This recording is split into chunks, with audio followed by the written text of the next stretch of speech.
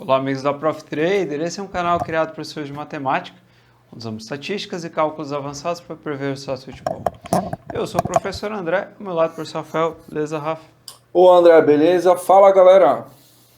Hoje o vídeo saiu um pouquinho mais tarde do habitual aí. O dia foi um pouquinho atribulado, mas estamos aqui com as melhores análises do Brasil, o melhor canal, o pioneiro em matemática, sem dúvida alguma, nesse ramo. No nosso placar eletrônico está o nosso Instagram, @prof.trader. Pedir para que vocês nos sigam lá. E nós temos também o Telegram, Rafa Prof Trader. O link está aqui na descrição do vídeo. Eu confundo esses dois, é incrível. E o WhatsApp que você vê aí é do Samuca, do nosso grupo VIP. O Samuca te dá todas as informações necessárias. Falando em grupo VIP, um destaque bacana hoje em Portugal: Boa Vista e Vitória, menos 2,5 a 1,65. O Vitória venceu a partida por 1-0. 0 Boa Vista, 1 Vitória, 1,65. Ainda tem jogo rolando.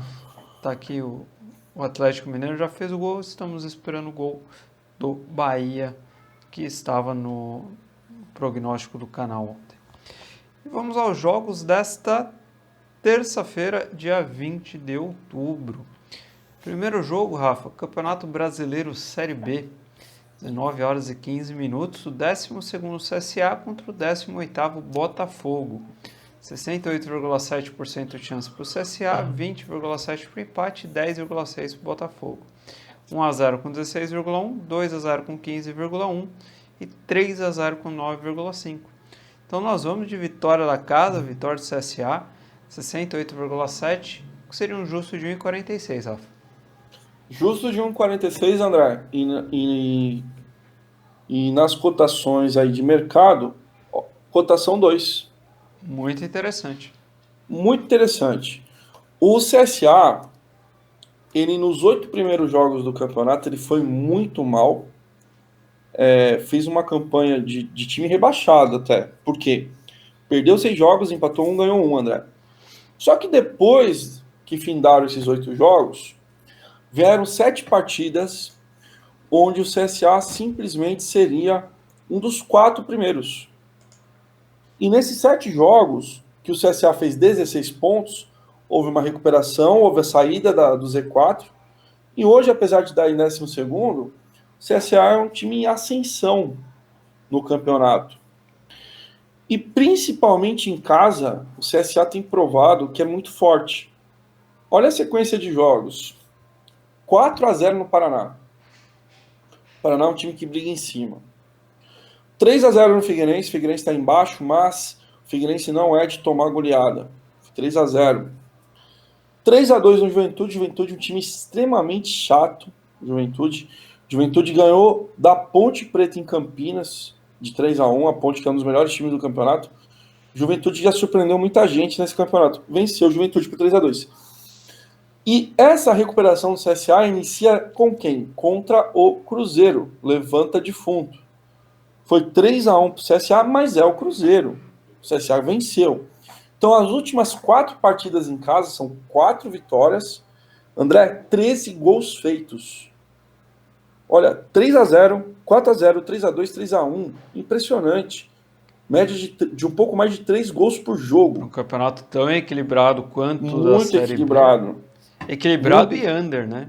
E então, interessantíssimo isso. Você pegar um time que faz 4 jogos seguidos em casa, em 3 deles marcando 3 gols e um marcando 4, é porque esse time tem algo especial.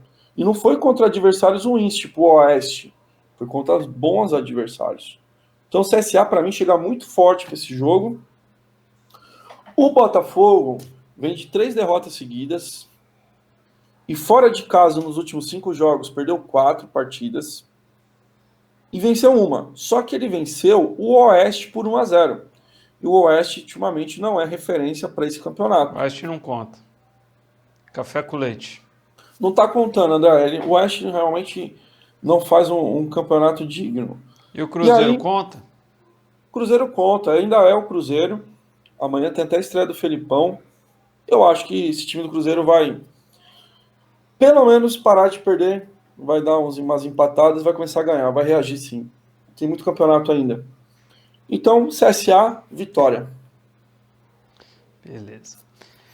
Próximo jogo, Copa Libertadores da América, 21 horas e 30 minutos. O terceiro colocado Peñarol, que necessita da vitória contra o Clube Atlético Paranaense, classificado e líder. Não é matematicamente o primeiro colocado, ele pode perder a primeira colocação, mas já está classificado. Então nós vamos de vitória do Peñarol lá no Uruguai essa partida, Rafa. André, deixa eu explicar pra galera a confusão que é esse grupo. Tem que ser bem didático. Vamos lá. É o seguinte. Como você já falou, o Atlético Paranaense está classificado com 10 pontos. O segundo colocado é o George Wisterman, com 7. E o Peñarol vem em terceiro com 6, seguido do Colo-Colo com 6. A situação é a seguinte. O Peñarol precisa vencer e precisa torcer para o George Wisterman não ganhar do Colo-Colo, que é uma coisa muito possível, já que o Colo-Colo vai jogar em casa e tem um time melhor que o do George Wisterman. E o Peñarol está numa situação que não é tão desesperadora, porque o saldo de gol do Peñarol é 0 e o saldo de gol do Colo-Colo é -5. Portanto, se o Peñarol ganha de 1-0 do Atlético, o Colo-Colo teria que enfiar 8-0 no Atlético Paranaense ou 7-0. Aí tem que ver qual é o segundo critério, mas fora de cogitação, acho que se ganhar de 7. Então o Peñarol, ele tá até próximo de classificar. Porque o Colo-Colo vai querer vencer seu jogo, não vai entregar o jogo pro George Wisterman. Tem que garantir os 3 pontos e torcer pro Peñarol tropeçar. Então, a história é a seguinte. O Peñarol, ele entra amanhã com o fato dele ter vencido as 2 partidas que ele fez em casa. O Peñarol só venceu no Uruguai. Fora ele tomou porrada, mas dentro de casa ele foi o Peñarol, tradicional Peñarol, 3 vezes campeão da Libertadores. E ele vai enfrentar o Atlético Paranaense, que está numa fase terrível. O Atlético hoje, André, está na zona de rebaixamento do Campeonato Brasileiro. É um time muito modificado dos últimos 2 anos. Vendeu praticamente todos os bons jogadores. Perdeu o técnico. Perdeu o técnico. E por ganância do próprio técnico, né? Porque ele estava bem lá, cresceu os olhos. Não precisava, né? Podia ter... Eu acho que ele podia ter terminado o trabalho, que ele estava no meio ainda. É que a camisa também pesa nesse momento, né? Pesou, mas eu acho que ele veio no momento que o Corinthians estava conturbado. Eu acho que ele podia ter esperado. Eu acho que ele foi precipitado. Mas já foi. Aí, no sábado, o Atlético Paranaense foi jogar contra o Atlético Goianiense. Com 15 minutos, o jogador do Atlético Goianiense foi expulso. E o Atlético Paranaense não conseguiu ganhar, né? Tomou 1-0 com 1 a mais. Jogou 80 minutos com 1 homem a mais. E aí conseguiu até empatar no base do sufoco. Mas o time vem jogando muito mal. E a principal notícia para esse jogo é que o Atlético Paranaense amanhã vai só com 2 titulares. O técnico está poupando 7 jogadores. E tem 2 jogadores que não são titulares absolutos, fazem parte daquela rotação do time, ainda não tem posição definida. Muitas vezes no time você não tem posição definida para alguns jogadores, né? Tá naquele revezamento, o treinador ainda está descobrindo quem vai jogar. Então, de fato, só tem 2 jogadores titulares. Então, isso está com uma cara de vitória do Peñarol, com uma cotação de 1,60, e até me arrisco a falar que o Peñarol vai classificar. No futebol de hoje, onde o jogador corre em média aí 11 km por jogo, um time ter um jogador a mais, né? Conseguir uma expulsão. Uma expulsão é uma das coisas que mais muda o jogo. Uma expulsão muda mais do que um gol. A expulsão, eu me arrisco a dizer que é o fator que mais modifica o jogo atualmente, pela parte física, principalmente, pela imposição física. Sim. Um time tomar 1-0 e não conseguir a virada é complicado. Assim, eu acho que sair perdendo o jogo com um homem a mais, né? Sim, eu acho e não que conseguir a virada. Sabe, com um jogador a mais É muita Então, coisa. É eu, muita é, coisa. eu achei um pouco exagerado. Era até um jogo nosso no grupo VIP, a gente foi no empate anula Atlético Goianiense, porque o Atlético estava melhor. Sim. Então, o jogo iniciou bem pro Atlético, eu falei, nossa, o Goianiense vai ganhar o jogo, tá bem no jogo. Aí o cara fez uma besteira, o juiz expulsou ele, e eu falei, agora já era, vamos perder. E foi 1-1, Sim. quase que deu, porque o gol do Atlético foi depois de 70, 75 minutos. Sim. E o Atlético Goianiense quase venceu o jogo. Então o Atlético Paranaense vem jogando muito mal mesmo, tanto quanto perdido, né? Perdeu do Corinthians. Pra perder do Corinthians tem que jogar mal. O Walter também pegou muito, mas assim, o time não vem jogando bem. Sim. Não vem Mas jogando bem, não se encontrou. o goleiro, ele faz parte do time, né? Então, eu acho uma injustiça. O cara pega e fala, o goleiro pegou tudo, mas o goleiro, ele faz parte da equipe. Eu que sou goleiro, eu tenho que defender aqui. Ele tava ali para pegar, né? Ele estava ali para pegar. Bom, para finalizar, a nossa duplinha, que é na Champions League, às 13 horas e 35 minutos, Zenit contra Clube Brugge, mais 2,5. E às 16 horas, Barcelona contra Ferencváros. Nós vamos também de mais 2,5. Promessa de gols nesses dois jogos da Champions, fase de grupos. Eu acredito em promessa de gols na rodada inteira, André. Porque a Champions tem uma coisa que ela se configura em gols marcados, né? Sim. Numa média muito alta, principalmente na fase de grupos. Quando os times grandes pegam esses times menos favorecidos, né? E que não significa que eles goleiam, né? Muitas vezes o grande vai e empata com o pequeno, às vezes o pequeno surpreende. Isso acontece direto. Amanhã o Zenit e Clube Brugge é um duelo interessante e existe todo um fator grupo aí para essas duas equipes fazerem um jogo eletrizante de gols. Por quê? Primeira coisa, o Zenit é o líder do russo e o Brugge é o líder do belga. O Zenit já marcou 24 gols em 11 jogos e o Brugge já marcou 22 em 9 jogos. É lógico que são campeonatos locais, mas é só para mostrar que os ataques funcionam. Sim, o Porque se as ataque do duas Brugge equipes. funciona sempre e não é de hoje, é de algumas temporadas já. Porque assim, André, o cara tá falando assim, mas eles vão jogar pela Champions. Mas o que eu quero dizer é o seguinte: se funciona pelo menos internamente, tem uma tendência de funcionar externamente. Agora, se a gente pegasse o Zenit e o Bruges, líderes dos seus campeonatos, mas ganhando só de 1-0, aí a gente não ia colocar o mais 2,5. Claro. Então a gente vê dois times sedentos e por um motivo também especial que você vai concordar comigo. No grupo, eles são os dois azarões. Os dois favoritos são Borussia Dortmund e Lazio. Só que a Lazio começou muito mal o campeonato italiano, jogando muito mal.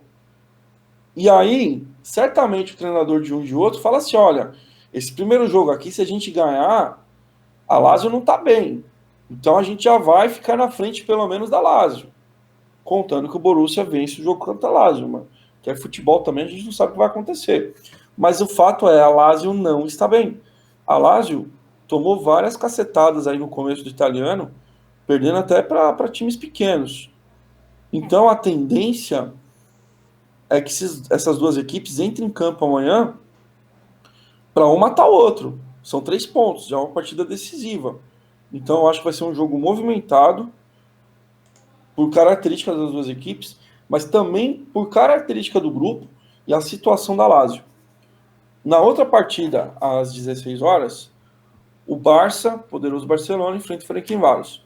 O momento do Barça não é tão bom, André. Existem algumas brigas internas, políticas, escândalos, um monte de coisa. Messi quis sair, não deixaram, aquela coisa toda. Tem um monte de complicações. Ô, André, caiu. Só para avisar a galera, saiu o gol do Bahia. Eu ia esperar você comentar e já ia falar que a gente foi ontem Opa! no Ambas. Eu não lembro qual era o placar mais provável para esse jogo. Eu consigo pegar aqui. Eu vou pegar aqui. Não Gol sei do se tá Bahia. O fácil. goleiro queimou roupa.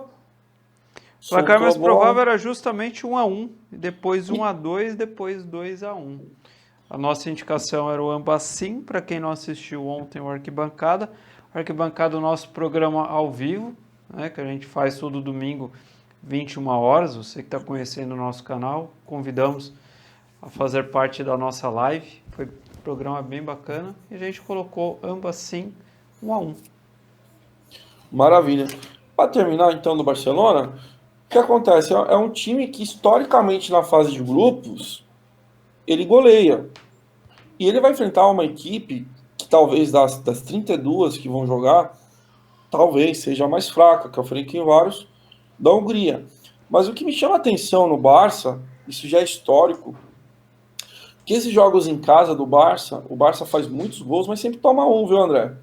Teve muito jogo que eu vi o Barça jogando com o time da Romênia, com o time de países alternativos, que o Barça ganhava de 5-1, 6-1, porque deixava espaço, dava um relaxamento. Sim. Eu acredito no Ferencváros para beliscar um gol. Até mesmo porque no seu país o Ferencváros tem um ataque bom.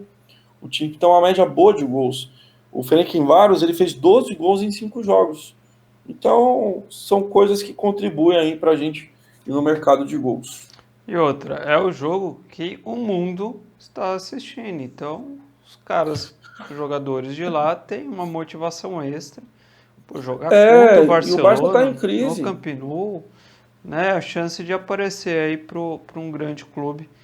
O Barça está em crise, mas assim, mesmo o Barça em crise, o primeiro jogo do Campeonato Espanhol do Barça foi contra o Villarreal, se não me engano, foi 4-0.